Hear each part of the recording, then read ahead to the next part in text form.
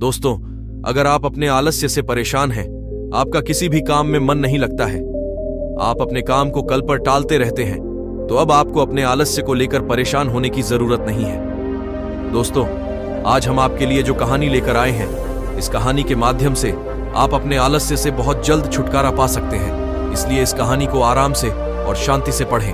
यह कहानी आपके लिए बहुत फायदेमंद होगी। तो चलिए शुरू करते हैं इस कहानी को।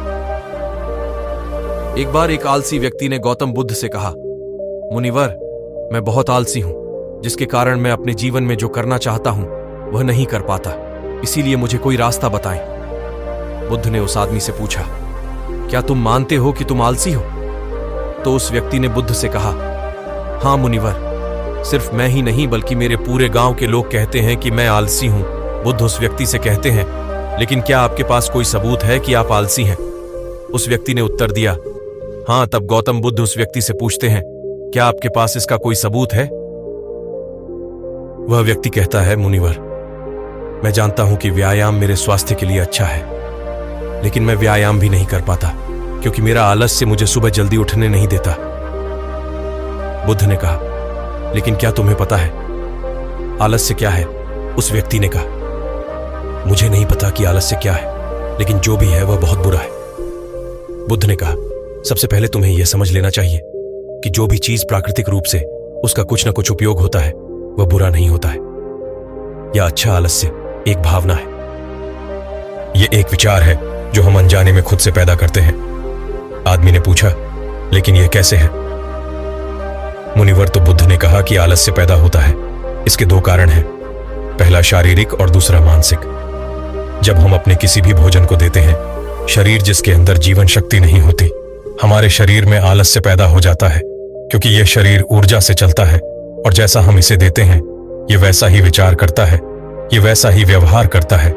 हमारे शरीर के अंदर आलस्य का एक और कारण गलत तरीके से बैठना है, गलत तरीके से सोना और गलत तरीके से चलना।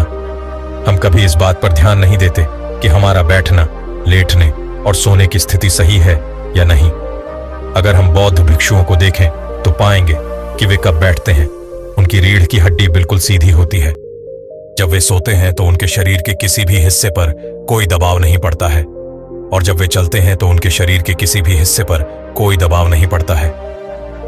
उनके दो कदमों के बीच एक लय होती है शारीरिक स्तर पर। आलस्य का तीसरा कारण सुबह जल्दी ना उठ पाना है। यह सुनकर व्यक्ति कहता है, हां मुनिवर, मैं सुबह जल्दी नहीं उठ पाता।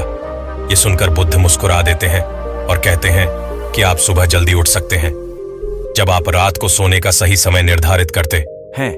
तो हर व्यक्ति को अनुशासन का पालन करना पड़ता है, क्योंकि अनुशासन हमारे जीवन में संतुलन लाता है। ज्यादातर लोग अनुशासन को बुरा मानते हैं क्योंकि उन्हें अनुशासन का एहसास होता है, उन्हें बांधता है। जबकि सच तो यह है कि अनुशासन हमें बांधता नहीं है बल्कि मुक्त करता है। तब व्यक्ति बुद्ध से पूछता है, लेकिन हमें इसकी शुरुआत कहां से करनी चाहिए, जैसे ठीक से खाना, बैठना या लेटना, सुबह जल्दी चलना आदि। बुद्ध कहते हैं कि आप इस समय जो भी कर रहे हैं उसे अभी से शुरू करें, इसे ध्यान से करें। पहले आप मन के स्तर पर आलस्य को समझें, अन्यथा अधिकांश स्थितियों में मन ही है जो शरीर के कारण आलस्य पैदा करता है, क्योंकि मानसिक आलस्य का पहला कारण हमारी पुरानी गलत धारणाएं हैं। हमें लगता है कि हम ऐसा करने में सक्षम नहीं थे, पिछली बार भी ऐसा ही किया था, इस बार भी हम ऐसा नहीं कर पाएंगे। जब हम खुद को सक्षम नहीं मानते हैं तो आलस्य अपने आप ही हम पर हावी हो जाता है। दूसरा कारण है छोटे और आलसी लोगों का साथ देना। कभी कभी ऐसा होता है कि आलस्य हमारे अंदर नहीं होता है, लेकिन दूसरे लोगों की वजह से हमारे अंदर आ जाता है। ऐसा होता है क्योंकि हम आलसी लोगों की संगति करते हैं। हाँ मुनिवर, यह बिल्कुल सत्य है, मैंने भी यह अनुभव किया है। तब बुद्ध ने कहा, तीसरा कारण मन की स्पष्टता का अभाव है। मान लीजिए कि आप किसी जंगल में खो गए हैं और शाम हो गई है और आपको नहीं पता कि आपका घर किस दिशा में है, तो क्या हुआ? क्या आप आलसी होकर लेटे रहेंगे या अपने घर की तलाश में कोई रास्ता खोजेंगे? उस व्यक्ति ने कहा कि मैं बाहर जाऊंगा घर की तलाश में। तभी उसने कहा, अगर बहुत कोशिश करने के बाद भी तुम्हें घर का रास्ता न मिले तो तुम क्या करोगे? उस व्यक्ति ने कहा, मैं अभी भी इसे ढूंढता रहूंगा, क्योंकि मेरे पास कोई दूसरा विकल्प नहीं होगा। कई विकल्प हैं, अगर किसी के पास एक ही विकल्प है तो उसका दिमाग बिल्कुल खाली होगा। यदि आप व्यायाम नहीं कर पा रहे हैं तो इसका कारण आपके मन में स्पष्टता की कमी है, जिसका आपको भविष्य में सामना करना पड़ेगा। उन रोगों से होने वाली बीमारियां आपको दिखाई नहीं देती। आप उन बीमारियों से होने वाले दर्द को महसूस नहीं कर सकते। आगे गौतम बुद्ध ने कहा कि आलस्य का चौथा कारण यह है कि कोई भी काम करने में मन नहीं लगता।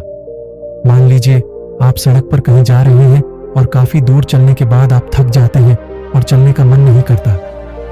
ऐसा तब हो रहा है जब आप किसी शेर को अपने पीछे भागते हुए देखते हैं। तो क्या ऐसी स्थिति में भी आप अपने आलस्य के कारण वहीं रुकेंगे? नहीं, तो समझ लीजिए कि आलस्य आपको वह काम करने से रोकता है जिसे करने का कोई बड़ा कारण नहीं है। तब उस व्यक्ति ने बुद्ध से कहा, धन्यवाद मुनिवर, अब मुझे आलस्य का पूरा खेल समझ में आ गया है। भगवान गौतम बुद्ध उस आलसी व्यक्ति से कहते हैं, मेरी एक बात हमेशा याद रखना, जहां स्पष्ट हो या कोई काम करने का कोई बड़ा कारण हो, वहां कभी आलस्य नहीं हो सकता। दोस्तों, आलस्य मनुष्य का सबसे बड़ा शत्रु है, क्योंकि आलस्य जीवन में कभी भी प्रगति नहीं कर सकता। चलो, आलस्य मनुष्य को इतना निकम्मा बना देता है कि उसे परिश्रम से घृणा हो जाती है और वह सदैव आराम की अवस्था में ही रहना चाहता है। इसके लिए मेहनत के चश्मे की जरूरत होती है, जो आलसी व्यक्ति के पास नहीं होता। आलसी व्यक्ति को आलस्य दिन ब दिन अपनी चपेट में लेता जाता है, जिसके परिणाम स्वरूप वह दिन ब दिन मेहनत से भागने लगता है। मेहनत ही खत्म हो जाती है। शत्रु ने आलस्य कहा, नमक सिर्फ दोस्त हो सकता है, इसके अलावा इसे खत्म करने का कोई रास्ता नहीं है। मेहनत से दोस्ती करने के बाद यह दुश्मन अपने आप खत्म हो जाता है। मेहनत ही सफलता की कुंजी है।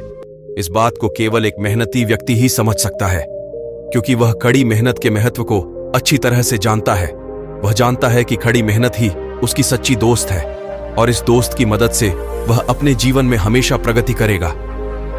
वह उस काम को छोड़ने की बजाय दोबारा और अधिक मेहनत से प्रयास करता है, और तब तक कोशिश करता है जब तक वह उस काम को करने में सफल नहीं हो जाता। और इसके विपरीत आलसी व्यक्ति किसी छोटे से काम को करने की कोशिश करता है। इंसान को दूसरे लोगों की भी जरूरत होती है, क्योंकि वह आलस्य के जाल में इस तरह फंस चुका है कि उसे बस आराम की जरूरत है। यानी वह अपने कंफर्ट जोन से बाहर नहीं आना चाहेगा, रुकावट नहीं चाहता, और अपनी पूरी जिंदगी ऐसे ही गुजारना चाहता है। दोस्तों, आलसी व्यक्ति कभी भी ना तो मेहनत का महत्व समझ पाता है और न ही समय का महत्व। इसके कारण वह अपना पूरा जीवन बर्बाद कर देता है, और अंत में उसके पास पछताने के अलावा कुछ नहीं बचता है।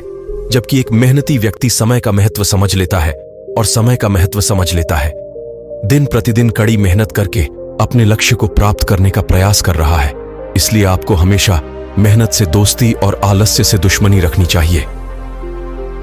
दोस्तों, मुझे उम्मीद है कि आपको इस कहानी से बहुत कुछ सीखने को मिला होगा। आप गौतम बुद्ध द्वारा बताए गए उपाय से भी अपना आलस्य दूर कर सकते हैं। दोस्तों, आपको यह कहानी कैसा लगा? कृपया हमें कमेंट बॉक्स में कमेंट करके जरूर बताएं, और अपने दोस्तों के साथ ज्यादा से ज्यादा शेयर करें। धन्यवाद।